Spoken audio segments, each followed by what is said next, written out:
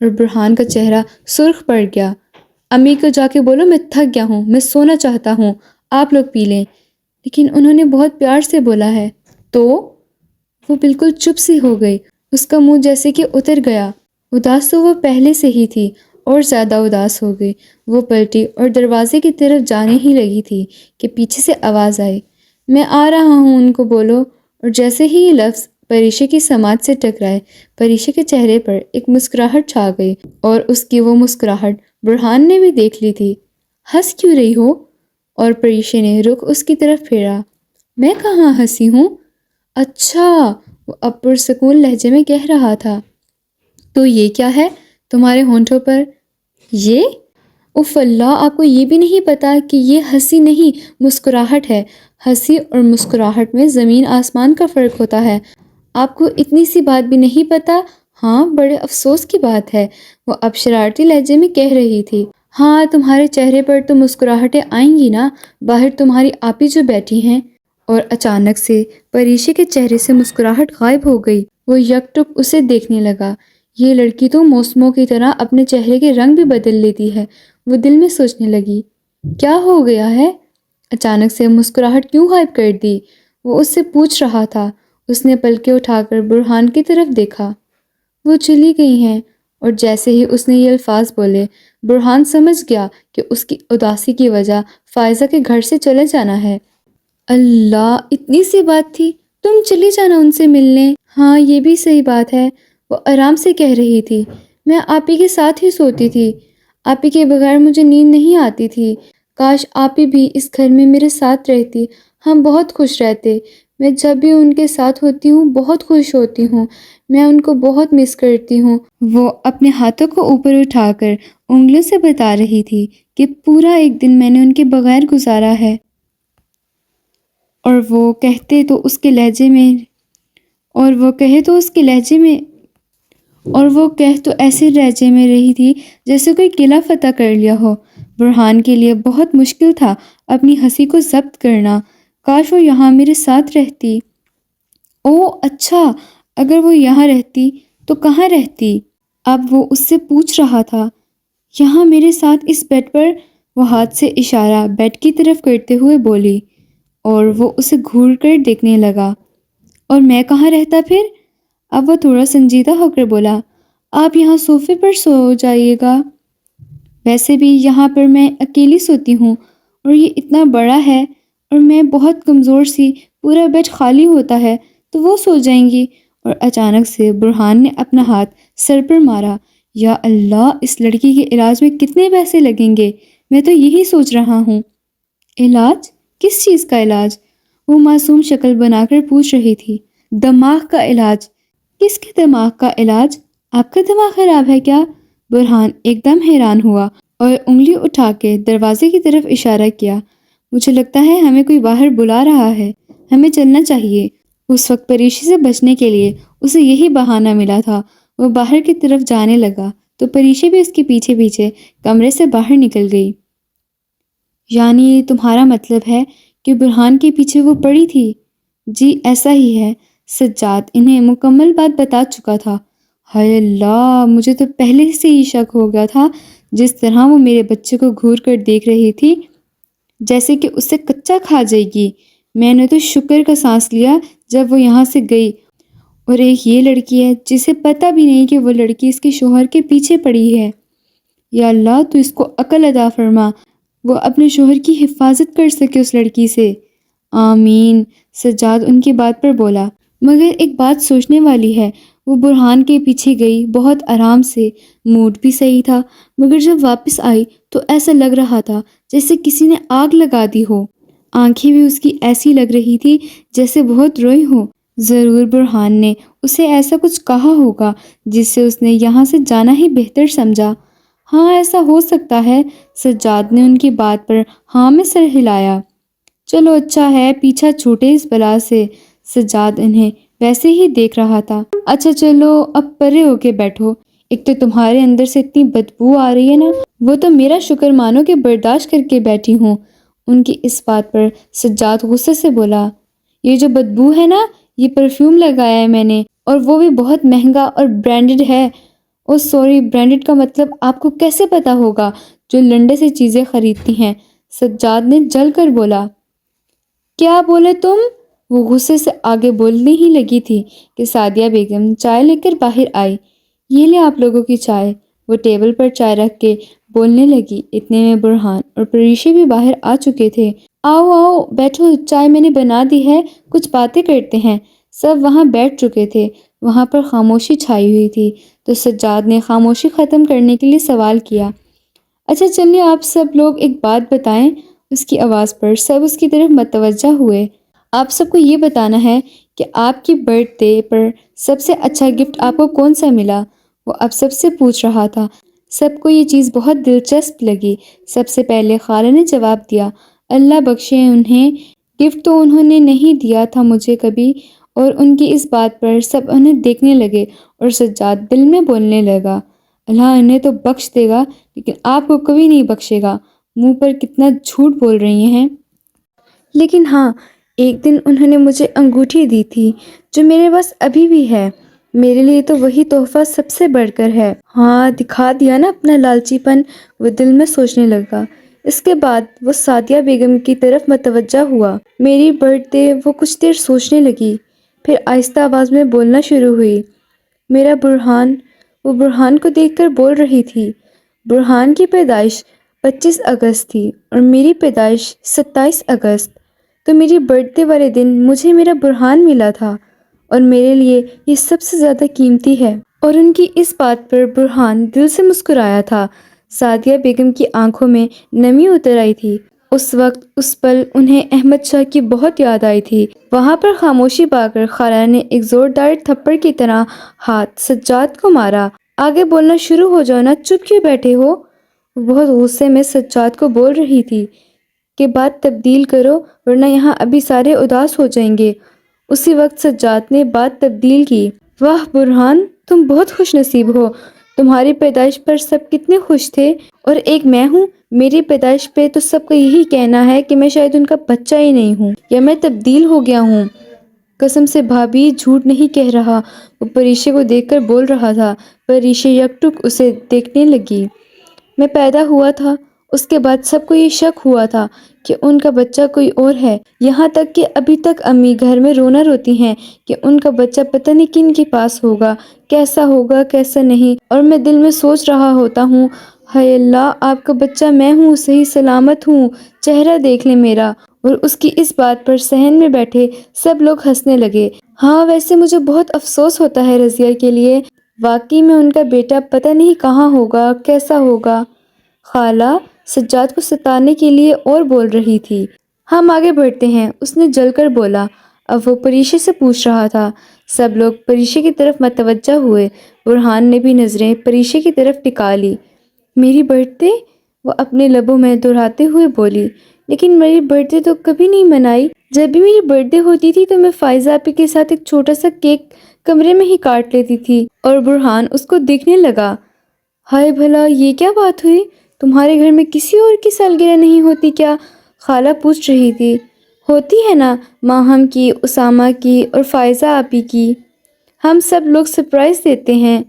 تو پھر بھلا تمہاری کیوں نہیں ہوتی؟ خالہ پھر بولی۔ وہ چپ سی ہو گئی۔ میں 1 سال کی ہونے والی تھی جب میری سالگرہ کا دن تھا۔ اس دن امی ابو کی کار ایکسیڈنٹ میں ڈیتھ ہو گئی تھی۔ اس کے بعد میں تائی امی لوگوں کے پاس آ گئی، پھر وہ رکی، انہوں نے ہی مجھے لایا تھا، تب سے میں وہیں رہتی ہوں۔ میرے ننیال میں صرف میرے نانا تھے جن کی ڈیتھ ہو چکی تھی، اور ددیال میں 2 چاچو ایک تایا۔ چھوٹے چاچو کے پاس جب چھوٹی تھی تب گئی تھی رہنے کے لیے، تو چاچی نے مجھے وہاں سے نکل جانے کا کہہ دیا۔ وہ خود بولتے ہوئے بار بار رک رہی تھی، آنسو اس کے گلے میں گولا بن کر اٹکے ہوئے تھے۔ اس کے بعد میں دوسرے چاچو کے پاس گئی تو وہاں سے بھی مجھے نکال دیا گیا، پھر میں واپس تائی لوگوں کے پاس آ گئی، اور یہاں بدقسمتی کے ساتھ فائزہ آپی کے علاوہ سب میرے ساتھ ویسا ہی سلوک کرتے تھے جیسے میرے دوسرے رشتہ دار۔ اس کی آنکھیں نم ہو چکی تھی، اس نمی کو وہاں پر بیٹھے ہوئے سب لوگوں نے محسوس کیا تھا۔ سعدیہ بیگم اپنی جگہ سے اٹھی اور پریشے کو گلے لگا لیا۔ میں نے تم سے کہا تھا نا، میں تمہاری ماں ہوں، تمہارے ساتھ پہلے جو بھی کچھ ہوا ہے میں وہ بدل تو نہیں سکتی۔ مگر میں تمہیں یقین دلاتی ہوں تمہارا آنے والا کل ہرگز تمہارے ماضی کی طرح نہیں ہوگا۔ اس کی باتیں سن کر برہان کو برا لگا تھا۔ اسے احساس ہوا تھا کہ زندگی کسی کے لیے آسان نہیں ہوتی۔ سب کی زندگی میں پریشانیاں ہوتی ہیں، لیکن مختلف طریقوں کی۔ اسے ہمیشہ لگتا تھا کہ زندگی نے صرف اس کے ساتھ ظلم کیا ہے، اس کے ساتھ غلط کیا ہے، مگر ساتھ بیٹھی اس لڑکی کو اور اس کے الفاظوں کو آج اس نے محسوس کیا تھا۔ اسے واقعی میں لگ رہا تھا جیسے وہ دکھی ہے، وہ اندر سے تکلیف میں ہے، ویسے ہی وہ لڑکی بھی تکلیف میں ہے۔ اسے نہیں پتا تھا کہ اسے کیا ہو جاتا ہے اس کے سامنے، وہ کیوں تکلیف برداشت نہیں کر پاتا، مگر اس نے آج خود سے یہ وعدہ کیا کہ وہ کبھی بھی اس کو تکلیف نہیں دے گا۔ انسانیت کے ناطے وہ خود کو دل ہی دل میں تسلیاں دے رہا تھا کہ وہ جو بھی کچھ کر رہا ہے صرف انسانیت کے ناطے کر رہا ہے۔ چائے کے کپ کب کے ختم ہو چکے تھے، باتیں بھی ابھی اختتام کو پہنچی۔ سجاد اور خالہ اپنے گھر جا چکے تھے۔ رات اور گہری ہوئی۔ سعدیہ بیگم اپنے کمرے میں سونے کے لیے چلی گئی اور وہ دونوں بھی اپنے کمرے میں واپس آ گئے، مگر ان کو کیا پتا تھا وہ کمرے میں پرسکون سونے آئے تھے، مگر نیند کو شاید ان کا راستہ پتہ ہی نہیں تھا۔ برہان کپڑے تبدیل کر کے صوفے پہ بیٹھا تھا۔ پریشے بھی باہر سے آ چکی تھی۔ تم نے کہا تم آگے پڑھنا چاہتی ہو؟ اور پریشے ایک دم بیڈ سے ٹیک لگا کر بیٹھی۔ ہاں، لیکن میں نے تم سے کہا تھا نا، جواب ہاں یا نہ میں ہونا چاہیے، لیکن نہیں۔ وہ چپ ہو گئی۔ ٹھیک ہے، میں کالج میں تمہاری بات کرتا ہوں۔ میں کوشش کروں گا جہاں سے تمہاری پڑھائی رکی تھی وہیں سے تم کنٹینیو کرو۔ کالج؟ وہ چونکی۔ لیکن میں کالج کیسے جاؤں گی؟ اور میں جاؤں گی کیسے؟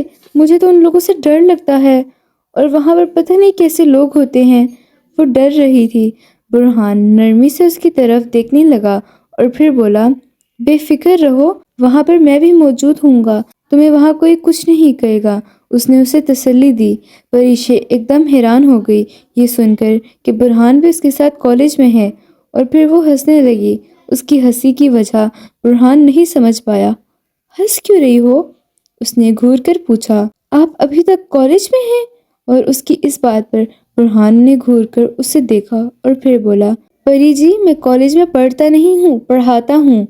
پڑھاتے ہیں؟ اس نے زیر لب دہرایا۔ عمر کیا ہے آپ کی؟ پری نے اگلا سوال کر دیا۔ 24 سال۔ اور اس کی اس بات پر پری ہکا بکا رہ گئی۔ ایسا نہیں ہو سکتا، اتنی سی عمر میں آپ کالج میں پڑھا رہے ہیں، حالانکہ اس عمر میں تو لوگ پڑھتے ہیں۔ اور برہان کا ایک دم قہقہ بلند ہوا۔ پھر کچھ دیر ہنسنے کے بعد وہ بولا، میں اسٹڈیز میں بھی بہت اچھا ہوں، میں نے اپنی اسٹڈیز آلموسٹ کمپلیٹ کر لی ہے۔ میرے جو پروفیسر ہیں وہ میری ذہانت سے واقف تھے، اس لیے جب میں کالج سے یونیورسٹی جا رہا تھا تو انہوں نے مجھے یہاں پر جاب کی آفر کر دی۔ میں زیادہ نہیں، صرف 4 گھنٹے ہی کالج میں پڑھاتا ہوں۔ اور ہاں پری جی، میں ہر سبجیکٹ نہیں، صرف وہ سبجیکٹ پڑھاتا ہوں جو مجھے پسند ہے۔ اس نے تفصیل سے وضاحت کر دی۔ پریشے کو اب بھی یقین نہیں آیا۔ تو اس کا مطلب کہ جہاں پر آپ پڑھاتے ہیں، آپ چاہتے ہیں میں بھی وہیں پڑھوں؟ ہاں، تم پڑھ سکتی ہو وہاں پہ تمہیں کوئی مشکل نہیں ہوگی، اور سب سے بڑی بات وہاں پر میں ہوں گا تو تمہیں ڈر بھی نہیں لگے گا۔ پریشے اس کی بات پر بالکل سیدھی ہو کے بیٹھی۔ ڈر؟ آپ کو کس نے کہا ہے مجھے ڈر لگتا ہے؟ اور برہان کے جیسے کسی نے سر پر تھپڑ مارا ہو۔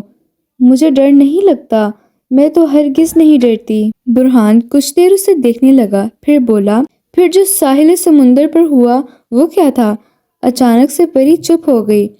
اس کی چپ کی وجہ برہان جاننے سے قاصر تھا۔ وہ اس کے بولنے کا انتظار کر رہا تھا۔ پھر کچھ دیر خاموشی کے بعد بالآخر وہ بولی، جو انسان میرے لیے اہم ہوتے ہیں وہ میری زندگی سے بہت جلد چلے جاتے ہیں، اور جب وہاں پر وہ منظر میری آنکھوں کے سامنے آیا تو مجھے ڈر لگا کہ کہیں میں آپ کو بھی نہ کھو دوں۔ میں اس لیے رو رہی تھی، مجھے ڈر تھا کہ کہیں سب کی طرح آپ کو بھی اپنی نحوست کی وجہ سے میں کھو نہ دوں۔ نحوست؟ برہان بولا، ہاں، میں جہاں بھی جاتی ہوں بنا بنایا کام بگاڑ دیتی ہوں۔ جن لوگوں کو چاہتی ہوں وہ لوگ دور ہو جاتے ہیں، تو پھر میری نحوست نہ ہوئی تو کیا ہوئی؟ یہ بولتے ہوئے اس کی آنکھیں نم ہونے لگی۔ برہان نہ چاہتے ہوئے بھی اپنے صوفے سے اٹھا اور سامنے پری کی طرف بڑھنے لگا۔ آگے بڑھ کر نیچے زمین پر پری کے پاؤں کی طرف بیٹھا۔ پری کے آنسو ٹپ ٹپ گر رہے تھے جو برہان سے دیکھے نہیں جا رہے تھے۔ اسے تکلیف ہو رہی تھی، اور جس چیز سے آپ کو تکلیف ہو آپ کو وہ چیز ٹھیک کرنا چاہیے، تو وہ ٹھیک کرنے بیٹھا تھا۔ اس نے پری کے ہاتھ پر اپنا ہاتھ لیا اس نے پری کے ہاتھوں میں اپنا ہاتھ لیا۔ پری یکدم جھٹکا کھا گئی۔ وہ بہت نرمی سے اس کی آنکھوں میں دیکھ کر بولنے لگا، پری، میں جانتا ہوں تم نے بہت تکلیفیں اپنی زندگی میں دیکھی ہیں، بہت تانے سنے ہیں۔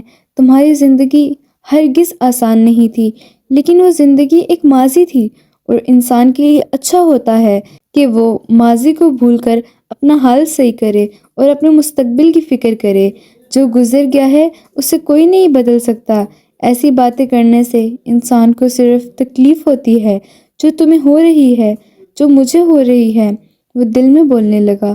پری، اللہ کچھ لوگوں کو ہی یہ نعمت سے نوازتا ہے جو انسان کو پہچان سکتی ہے۔ جو لوگ تمہاری زندگی میں آئے، اللہ نے اس نعمت سے ان کو نہیں نوازا تھا، اس لیے وہ تم جیسے ہیرے کو بھی نہیں پہچان پائے۔ مگر میں جانتا ہوں تم بہت اچھی ہو پری۔ پری یکٹک اسے دیکھنے لگی۔ پری، میں تمہارے ماضی کی تکلیفوں کو تو نہیں کم کر سکتا، مگر تمہارے حال کو بہتر بنانے کی کوشش کروں گا۔ میں تم سے وعدہ کرتا ہوں میں تمہارا ساتھ ہمیشہ دوں گا۔